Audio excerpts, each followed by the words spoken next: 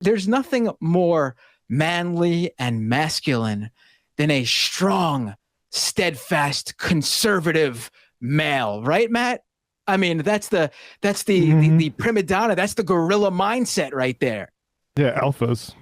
Yeah, hell yeah. So a scientific classification of masculinity.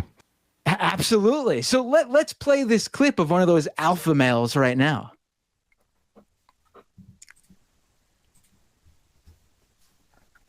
If they were to call you, the committee, to come and testify, talk, would you be agreeable? Well, I would, if there was an invitation to participate, I would consider it. But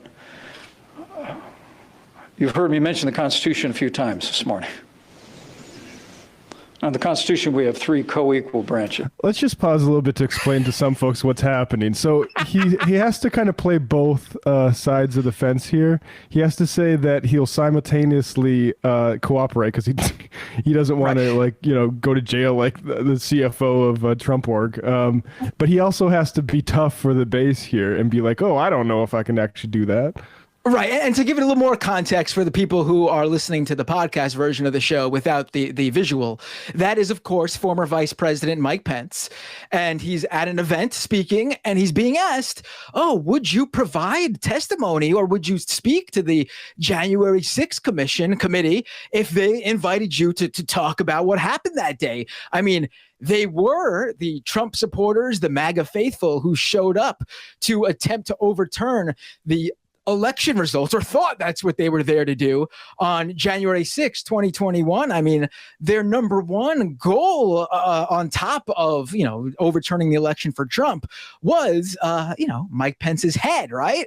I mean, they were angry at him for not doing it. I mean, if Mike Pence was brave enough to stand up and say, no, I am overturning the choice of 80 plus million people who voted for Trump's opponent, and just hand it all to Trump because that's what I can do, apparently, even though that's not what he can do. Because he didn't just do that. They had to go down there and storm the Capitol building. So they were really pissed at him. So there's more to that clip, right? Yep. If they were to call you, the committee, to come and testify, talk, would you be agreeable? Well, I would, if there was an invitation to participate, I would consider it. But you've heard me mention the Constitution a few times this morning. Lay it on thick, Mike.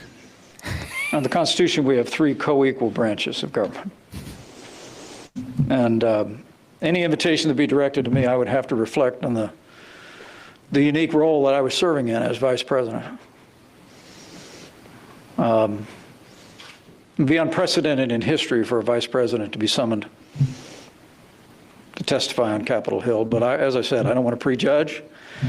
If there's ever any formal invitation rendered to us, we'd give it due consideration. But my first obligation is to continue to uphold my oath, continue to uphold the framework of government enshrined in the Constitution that has created the greatest nation in the history of the world. And we'll do that. And we'll do that.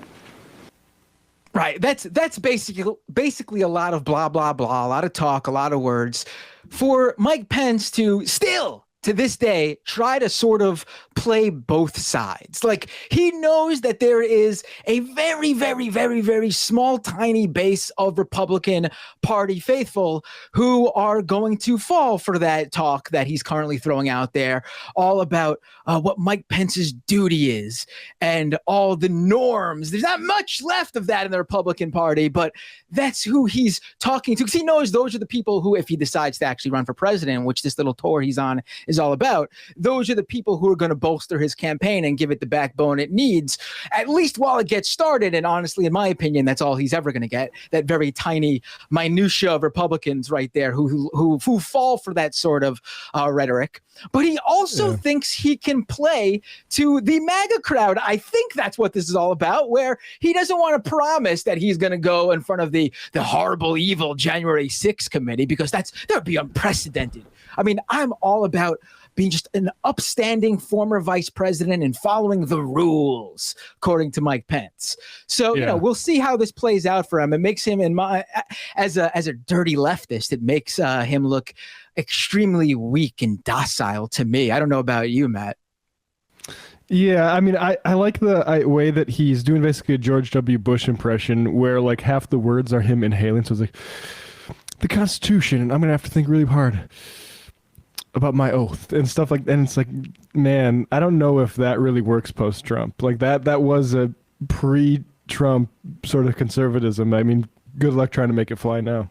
Right. I mean, we now know that there is one oath for the vast majority of Republicans, and that is the oath to Trump, fealty to Trump, being all about. I mean, that's what Trump himself is all about. It's not loyalty to his office or even any of the supposed values he claims to be for. It's all about loyalty to the man, Donald J. Trump, which, in the eyes of the Republican Party, Mike Pence already has none of. There's no loyalty to Trump, because if there was, he would have overturned the election results on January 6th, 2021. And Brad, we just want the truth. It's simple.